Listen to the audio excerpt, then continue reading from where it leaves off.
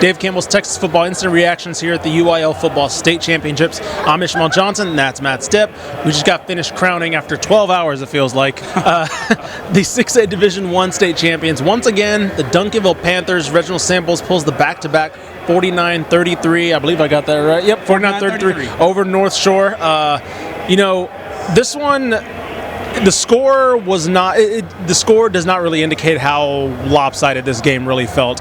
In the first quarter, Duncanville goes up, and Caden Durham basically has like his MVP performance in the first quarter, pretty much. And I believe what was the score at one point? 35-10. 35-10, yeah. And it was not a. It was a very emphatic 35-10. Yeah, I mean, Caden Durham has over 200 yards rushing.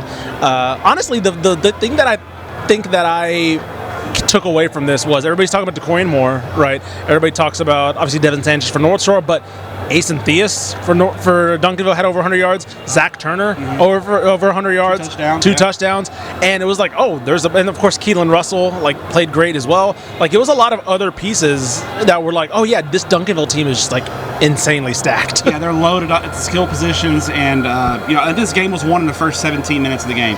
Duncanville scored touchdowns on 5 of their first 6 possessions, led 35-10, with 7 minutes left in the second quarter. It was over at that point. North Shore's playing from behind. They had a couple of chances to get the game close, maybe within a score. Had to settle for field goals down in the red zone a couple times, and it was church. So credit to Duncanville. They jumped out to the big league, got off to the great start, and held off a game North Shore team that kept fighting but just didn't have enough to come back. Yeah, I mean, North Shore, I think the thing with this Duncanville team, I'll say, that North Shore couldn't really take advantage of, because in the loss to DeSoto, the secondary, we saw the secondary can get kind of got for Duncanville. The North Shore didn't have that top end wide receiver talent that was able to really stretch this defense, and Caleb Bailey didn't have time to throw a lot either. Alex January and Colin Simmons were in the backfield a ton. Colin Simmons won Defensive Player of the Game, MVP, and it was a lot of Caleb Bailey having to kind of do his own thing a little bit. Yeah, and I think that was partly because I don't think Duncanville North Shore trusted their young offensive line against this ferocious Duncanville front. Yeah. A lot of the routes were short, quick throws, one-read throws, and if Bailey didn't have the read, tuck it and run. Yeah. And I think North Shore does have talent to potentially get deep, but if you don't have time to throw the ball, what are you going to do? Yeah. So it's a credit to Duncanville and their defense. North Shore tried to tailor their game plan to accentuate their strengths, and they moved the ball well. North Shore scored 33 points. Yeah, I was about to say. But just dug themselves way too big of a hole. And then, at the end of the game, Duncanville's defense and obvious passing downs, pinning their ears back, getting after Bailey, making big plays to prevent any chance of a North Shore miracle. Yeah, Caden Durham, I mean, we mentioned him in the first half. Not much to do in the second half just because, they had such a big lead, but top-end speed is just top-notch. It was 2,800 guy. Yeah, oh, my God. He was insane. Let's talk a little bit about the coaching matchup. This was the first of two first-ever meetings between two black head coaches in the state. Reginald Samples, of course. Let's finish with him, so let's go with Willie Gaston first. Willie Gaston takes over John Kay. John Kay's in the house, by the way. He was. Took over as a Rice linebackers coach. That's a lot of pressure on him. He played, he plays for the program. He's a kind of the prodigal son returning, and he coaches them to a state championship game, in his first year. Yeah, 15-1 is nothing to sneeze at for Coach Willie Gaston in year one. Obviously, would like to get over the hump, but I think for them it's now let's get back. Let's develop. Let's try to get in the off-season program, develop some guys. Yeah.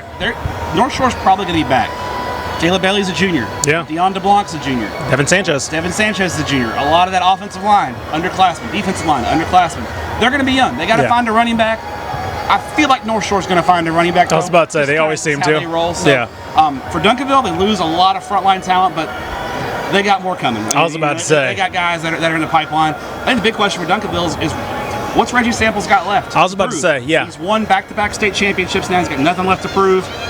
He's been around forever. He's not called the Godfather for no reason. Right.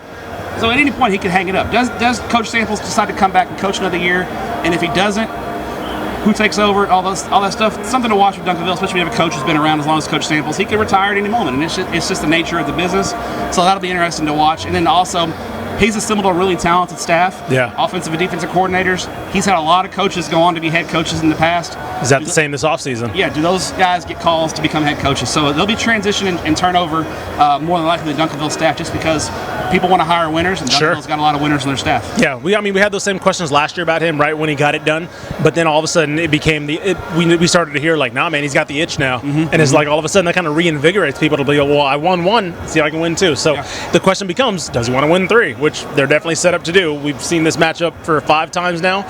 Does he want Series is 3-2, I was about to say, does he want to even the series now? That's the best thing. of 7 here. Yeah, Best of 7, exactly. I was going to say, so that is another thing that he may want to add to his resume. Is like, well, I can't let them finish with more wins against me than so.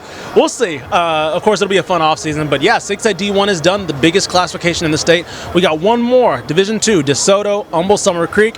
One more game for the high school season. It's TexasFootball.com, DCTF on Twitter, everywhere you get your social media. We'll be here. We're almost done, y'all.